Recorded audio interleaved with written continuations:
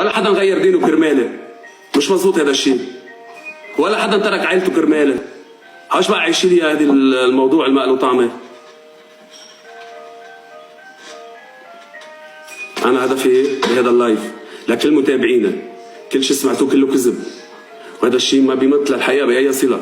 بالمره انا ابن عيلي، انا عندي اخوي بنات، عندي اصهر، عندي قرايبيني بنات.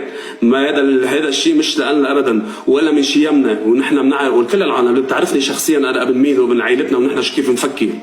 نهائيا ما عندنا هي القصص، ولا بنخون ولا بالعكس. المرة نحن بنحط التاج على راسنا، المرة بنحطها بقلبنا، المرة بنحترمها، المرة بنقدم لها كل شيء، المرة بتأمل لها. انا كرجال بأمل لها كل احتياجات، المرة بتأمل لها اياها. هي نحن بنفهمه. اكثر من هيك نحن ما بنفهم بهذا الموضوع.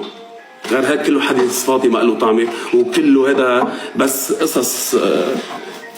خلص شو بدي اقول لك، بتعرف الواحد وقت بتقول وقت المشكله المصيبه خلص وقت شو بدي اعمل.